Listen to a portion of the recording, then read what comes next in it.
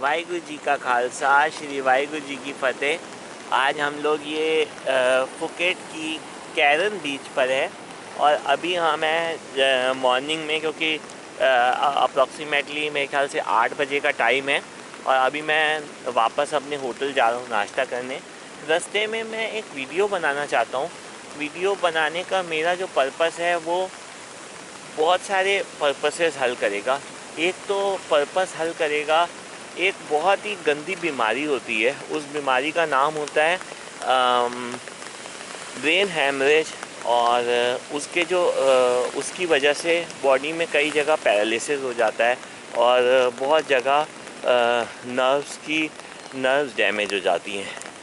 इस वीडियो को मैं डेडिकेट करूँगा यशवंत को।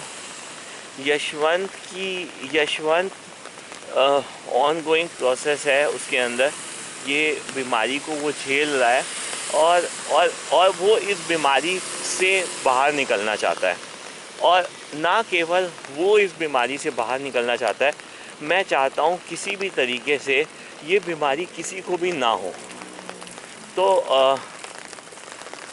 क्या करें, कैसे ये बीमारी होती है, क्या रीज़न्स हैं कि अब ये बीमारी बहुत ज़्यादा कॉमन हो गई है, या ये लाइफ थ्रेटनिंग बीमारी कैसे हमारे जीवन को बिल्कुल बदल के रख देती है। हमारा जीवन अपने बच्चों को समर्पित जीवन होता है। हमारा जीवन अपनी लाइफ को बेटर करने का जीवन होता है।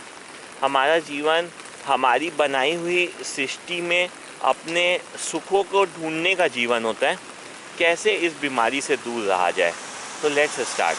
बीमारी क्या है? बीमारी है कि ब्रेन के अंदर एक्सेसिव प्रेशर की वजह से कहीं पर ब्रेन में हैमरेज हो जाता है, मतलब ब्लड वेसल फट जाती है। अब उस ब्लड वेसल के फटने की वजह से वहाँ पे क्लॉट फॉर्मेशन हो जाती है। जैसे ही ब्लड का प्रवाह कहीं पर रुकता है ना, तो वहाँ पे क्लॉट का फॉर्मेशन हो जाता है और वो क्लॉट जो है वो उस जगह को न्यूट्रलाइज कर देता है। तो जिस जगह पे वो क्लॉट बनता है और जिस जगह को वो न्यूट्रलाइज करता है, उस जगह के जो मोटर फंक्शंस हैं, जो जैसे हाथ का मोटर फंक्शन हो गया या लेग का मोटर फंक्शन हो गया या मान लो कि कोई और मोटर फंक्शन हो गया, तो जो वो मोटर फंक्शंस को कंट्रोल करता है ना, उसकी कंट्रोलिंग पावर चली जाती है। अब ये बीमारी एक तो हो गया क्योंकि ब्रेन हैमरेज से हुआ, और पैरालिसिस इसलिए हुआ क्योंकि वो मोटर फंक्शंस अब ठीक से काम नहीं कर रहे। अब क्यों हुई, क्या रीज़न है? मेरा दोस्त यशवंत तो इंजीनियर है और इंजीनियरिंग की उसने पढ़ाई की है, और इंजीनियरिंग में तो हर चीज़ एक्यूरेसी से होती है। और वो अपने इंजीनियरिंग के सब्जेक्ट्स को तो बहुत अच्छे से समझता है। वो अपने इंजीनियरिंग के जो उसकी पढ़ाई है, वो तो उसकी पढ़ाई तो उसे अच्छे से एक्सप्लेन कर देती है कि कैसे एक फैक्ट्री चलानी है, कैसे एक फैक्ट्री में कस्टमाइज प्रोडक्ट बनाना है, कैसे लोगों को एक अच्छा प्रोडक्ट बना के देना है। फिर ऐसा क्या हुआ कि वो अफेक्ट हो गया। इसका रीज़न, भाई अफेक्ट वो नहीं होना चाहिए था ना, वो नहीं होना चाहिए था, क्योंकि उसने तो उसकी पढ़ाई की है, उसने तो उस चीज़ को एक्यूरेसी, वो तो हर चीज़ की एक्यूरेसी समझता है, वो तो छोटी छोटी बारीकियां समझता है, वो तो इंजीनियरिंग के वो पार्ट समझता है जो कोई और समझ ही नहीं सकता, नॉन इंजीनियर। तो एक इंजीनियर फैक्ट्री चलाते हुए उसके ऊपर ऐसा कौन सा मानसिक दबाव आ गया जिसकी वजह से उसकी नस फट गई? ऐसा कैसे उसका ब्लड प्रेशर इतना शूट कर गया, और ब्लड प्रेशर शूट करने की वजह से ऐसा कौन सा उसके ऊपर दबाव था जिसकी वजह से, ऑल्दो ये दिमाग में रखने की बात है कि भैया वो इंजीनियर था और इंजीनियर ही फैक्ट्री में प्रोडक्ट एक्यूरेसी से बना सकता है। ऐसा क्या हुआ कि वो इंजीनियर करते हुए, एक अच्छा इंजीनियर होते हुए भी, एक अच्छी फैक्ट्री चलाते हुए भी चीज़ें हैंडल नहीं कर पाया। अब इसको आगे बढ़ते हैं कि फैक्ट्री के प्रोसेसेस में क्या होता है। फैक्ट्री के प्रोसेसेस में क्या होता है, क्योंकि मैं भी एक फैक्ट्री चलाता हूँ तो मैं आपको इसको थोड़ा सा एक्सप्लेन कर सकता हूँ कि एक्चुअल फैक्ट्री के प्रोसेसेस में होता क्या है। फैक्ट्री के प्रोसेसेस में क्या होता है, मैन्युफैक्चरिंग, बनाने की कला, मार्केटिंग, बेचने की कला, मार्केटिंग मतलब मुश्किल कंडीशंस में भी बेचने की कला कि आज मार्केट की हालत अच्छी नहीं है तब भी आप अपने प्रोडक्ट को बेच पाएँ, और आज मार्केट बहुत अच्छी हालत में है तो उसको कैसे हैंडल करके एक पूरे बैलेंस किया जाए सेल्स को। उसके बाद अकाउंटिंग की कला। चलो अकाउंटिंग तो एक रिलैक्स काम है, लेकिन है तो बैठ के करने वाला ही, नॉन फिज़िकल एक्टिविटी। अकाउंटिंग की कला। सबसे बड़ी मुसीबत है जो फैक्ट्री में मैंने देखी है वो है लेबर मैनेजमेंट की कला। लेबर मैनेजमेंट क्या होता है? लेबर मैनेजमेंट वो होता है कि जब हम कोई भी काम करने लगते हैं, हमारी लेबर आके हमारे सर पे खड़ी हो जाती है। क्या वो हमारी लेबर आके ऐसा कौन सी चीज़ करती है जिससे हमें मानसिक तनाव हो जाता है? क्योंकि तनाव तो होता है और हुआ भी है, बड़े बड़े लोगों को हुआ है। सबसे बड़ा मैं इसमें सिंगल फैक्टर को नहीं कहूँगा इन्वॉल्व है, लेकिन मल्टीपल फैक्टर्स ज़रूर इन्वॉल्व हैं। एक सबसे बड़ा फैक्टर जो इन्वॉल्व है वो है लेबर प्रॉब्लम, कि लेबर जो है वो आप पे डिपेंडेंट होती है और आप जो है सिंगल हैंडेडली लेबर को कंट्रोल कर रहे होते हो। अब लेबर क्या करती है? कुछ नहीं करेगी, सिर्फ आपके सामने आके खड़ी हो जाएगी, ये नहीं है वो नहीं है। फिर आप सोचोगे यार अब मुझे लेबर को काम देना है, अब लेबर को काम देने के लिए मुझे सामान अरेंज करना है, भाई तभी तो ये काम कर पाएगी। उसकी भी क्या गलती है? लेबर भी क्या करे? ये फुगेट का ऑर्चिड रिजॉर्ट एंड स्पा है, बहुत बढ़िया मुझे देख के लगा। यहाँ पे बहुत बढ़िया मुझे लगता है थाई खाना मिलता होगा। दोपहर को लंच यहीं करेंगे, खूब इन्जॉय करेंगे। हाँ, लेबर क्या करेगी? लेबर तो सिर्फ आपके आगे आके खड़ी हो जाएगी। लेबर का काम है अपनी टेंशन आपको देना। अब आपने अगर उसकी टेंशन ले ली, आपने अगर लेबर की टेंशन ले ली, तो you have done the worst thing for yourself.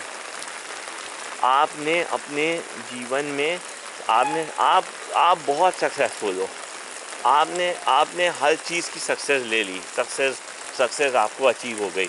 आपने महंगे घर बना लिए, महंगी गाड़ियाँ खरीद ली, लेकिन अगर आपने दूसरे की टेंशन अपने ऊपर ले ली, then you are bound to आप बाउंड हो जाते हो कि आप इस चक्रव्यूह, जो ये चक्रव्यूह क्या था? ये चक्रव्यूह था कि दूसरे की टेंशन अपने सिर पे ले लेना। मैं जो दूसरा फैक्टर इसके अंदर काउंट करूँगा वो फैक्टर काउंट करूँगा कि हमारे ऊपर पहले के मुकाबले बहुत सारी लाइबिलिटीज़ आ गई हैं। लाइबिलिटीज़ का क्या मतलब हुआ कि हमने गाड़ी ले ली, अब गाड़ी का एक EMI बन गई। हमने घर के खर्चे ले लिए, भाई बर्तन हम खुद नहीं मांजते, सफाई हम खुद नहीं करते, खाना हम खुद नहीं बनाते, चीज़ें हम खुद नहीं खरीदने जाते। हाँ, बहुत सारी चीज़ें, बच्चों की पढ़ाई का खर्चा वो मेंटेन करना है। फैमिली को एक स्टैंडर्ड के हिसाब से रखना, वो एक मेंटेनेंस का खर्चा बन गया। उसके बाद कभी घूमने जाना है, उसका एक अनदर खर्च। तो हमने बहुत सारी लाइबिलिटीज़ ले ली, जिसमें होम लोन भी हो सकता है, कार लोन भी हो सकता है, और भी अलग अलग तरीके के पर्सनल लोन्स हो सकते हैं, क्रेडिट कार्ड के लोन्स हो सकते हैं। हमने जो वो लाइबिलिटीज़ ले ली, वो लाइबिलिटीज़ को भी मैं एक कॉजिंग फैक्टर मान सकता हूँ। लेकिन खाली वो फैक्टर कॉजिंग फैक्टर नहीं होगा, लेकिन हाँ, वो कंट्रीब्यूट ज़रूर करेगा। तो लाइबिलिटीज़ का एक फैक्टर है। दूसरा, लेबर इन द फैक्ट्री, ये एक बहुत बड़ा फैक्टर है। और ये labour in the factory hidden factor है। लाइबिलिटीज़ का तो फैक्टर आपको नज़र में आता है कि आपने एक दिखावे के लिए एक गाड़ी खरीदी। एक ज़रूरत की गाड़ी होती है, मारुति 800। ज़रूरत की गाड़ी होती है एक मैक्सिमम ब्रीज़ा तक, ब्रीज़ा हो गई मारुति की, या इसी तरह की कोई हुंडई की गाड़ी हो गई। ये ज़रूरत की गाड़ी होती है। और इसके ऊपर जितनी भी गाड़ियाँ होती हैं, सब दिखावे की गाड़ी होती हैं। दिखावे की गाड़ियाँ अपने माइंड के ऊपर लाइबिलिटीज़ और प्रेशर को क्रिएट करके लेना, वहीं से कोई तुक नहीं बना। ये बहुत बड़ी सीख की बात है। और ये अब 2 फैक्टर्स हो गए। अब इन फैक्टर्स से अपने आप को बचाएं कैसे? भाई यशवंत तो अपनी फैक्ट्री को दुनिया के सबसे अच्छे तरीके से चला सकता था। क्या कमी हो गई कि वो इस मुसीबत में पड़ गया? क्या कमी हो गई कि वो इस मुसीबत से अपने आप को निकाल नहीं पाया, और आज वो उस मुसीबत के अंदर और उलझे जा रहा है? सबसे बड़ी मुसीबत थी लाइबिलिटीज़, सबसे बड़ी मुसीबत थी labour in the factory with multiple types of liabilities from the factories, जिसकी वजह से उसे बीपी हुआ। बीपी जो था उसका उसने एग्जैक्ट, जो जैसे मेडिकल ट्रीटमेंट होता है, अगर आज मैं आपसे हाथ जोड़ के कहूँगा, आपसे और इस दुनिया के हर इंसान से, अगर कोई इंसान इस मुसीबत में है कि उसके ऊपर लाइबिलिटीज़ या फिर कोई इस तरीके का दबाव वाला काम है, तो अगर उसके सिर में दर्द होती है, तो इट इज़ अ इंडिकेटर। शरीर हमारा सबसे बड़ा इंडिकेटर होता है। शरीर हमारे को हर चीज़ में इंडिकेट कर देता है। इंडिकेट क्या कर देता है? जब आपको भूख लगती है तो आपको महसूस होता है ना कि भूख लग रही है, अब खाना खाना है, अब बहुत ज़्यादा भूख लग रही है, अब मैं खाने के बगैर नहीं रह सकता। उसी तरह से सर में दर्द होना is a very big indicator कि अगर आपके सिर में दर्द है तो आप अपने या तो अपनी लाइबिलिटीज़ को कम करो, नहीं कर सकते तो या तो अपनी लेबर इश्यूज़ को कम करो, नहीं कर सकते तो मेरे भाई दवाई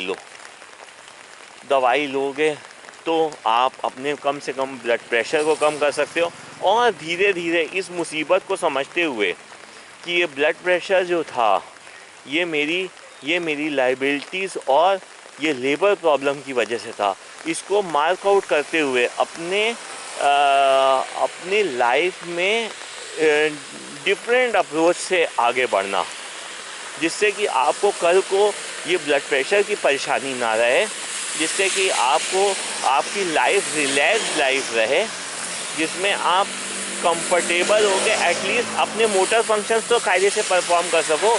भैया चलना है चल तो सको, हाथ को चलाना है चला तो सको। बच्चों की जो रिक्वायरमेंट है उसको अगर पूरा करना है, मान लो अगर आपके बच्चे कहीं घूमने ही जाना चाहते हैं तो उनको घुमाने तो ले जा सको।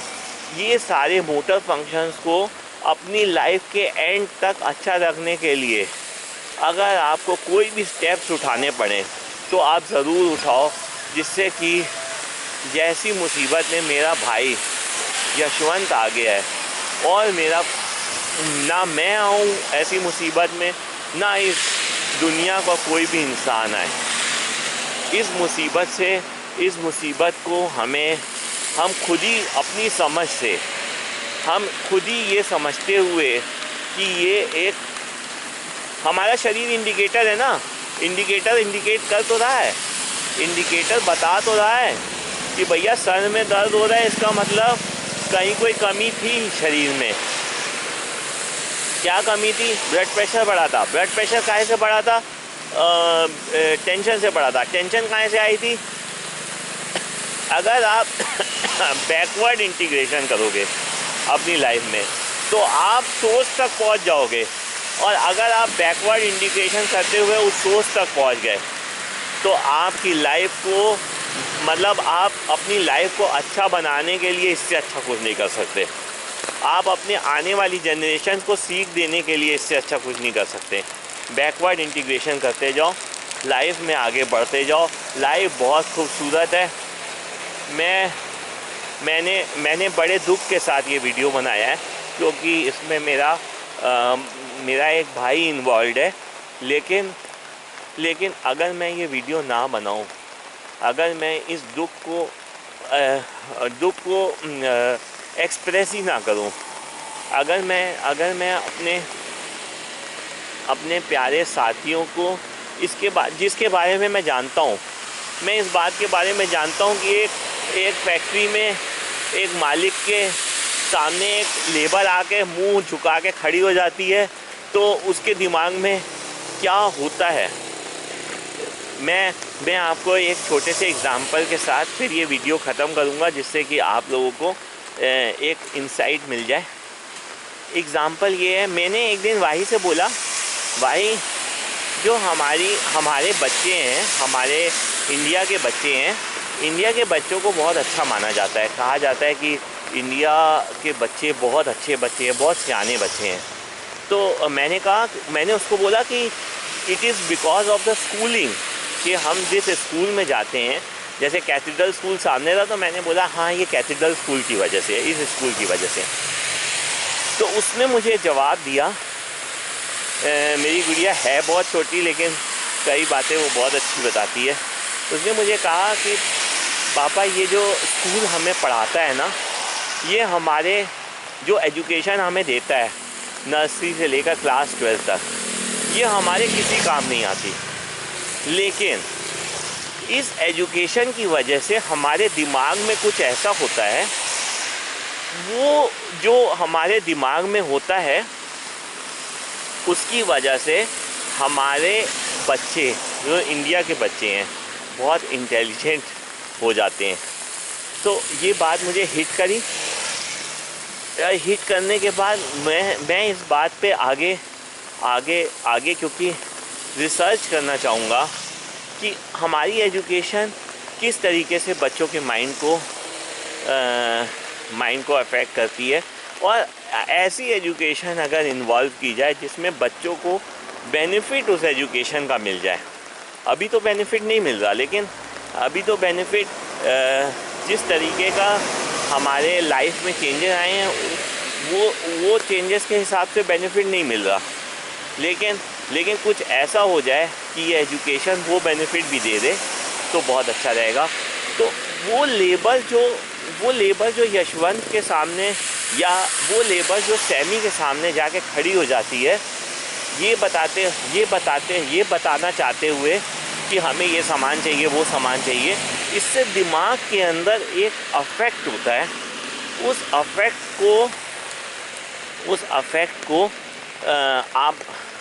उस अफेक्ट की वजह से टेंशन क्रिएट होती है। टेंशन की वजह से जो बॉडी में इम्बैलेंस होता होगा, जिसकी वजह से ब्लड प्रेशर की प्रॉब्लम क्रिएट होती होगी, और वो बीपी की प्रॉब्लम जो है आपको as a indicator with the pain in the brain, सर में दर्द के रूप में, विद द माइग्रेन, जिसे हम लोग मेडिकल भाषा में माइग्रेन बोल सकते हैं, या हम और भी जो टर्म्स होंगे वो ले सकते हैं, वो pen in the brain. And because of the if the process is through factory, coming from the factory, the source is coming from the factory.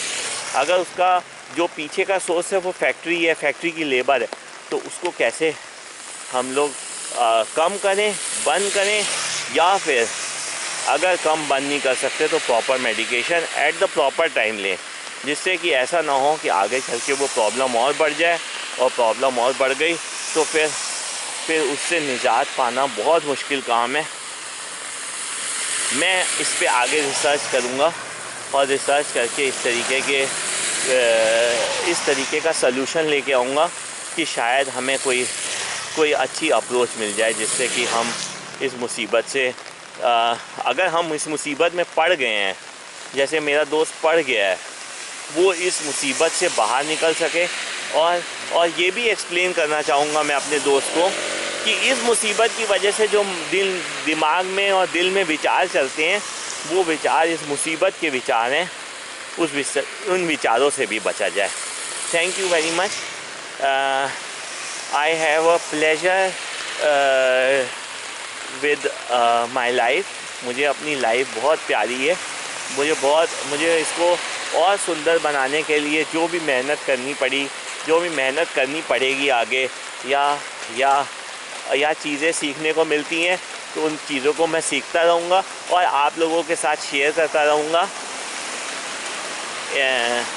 I wish कि मेरा दोस्त यशवंत जल्दी से ठीक हो जाए, और जब वो जैसे ही जल्दी से ठीक होगा उसकी फैमिली बैक टू ट्रैक आ जाएगी, जो कि अभी ऑफ ट्रैक हो गई है। वाहिगुरु जी से मैं हाथ जोड़ के विनती करूँगा कि आप थोड़ी मदद करो। वाहिगुरु जी का खालसा, श्री वाहिगुरु जी की फतेह। जो बोले सो निहाल। सत श्री अकाल।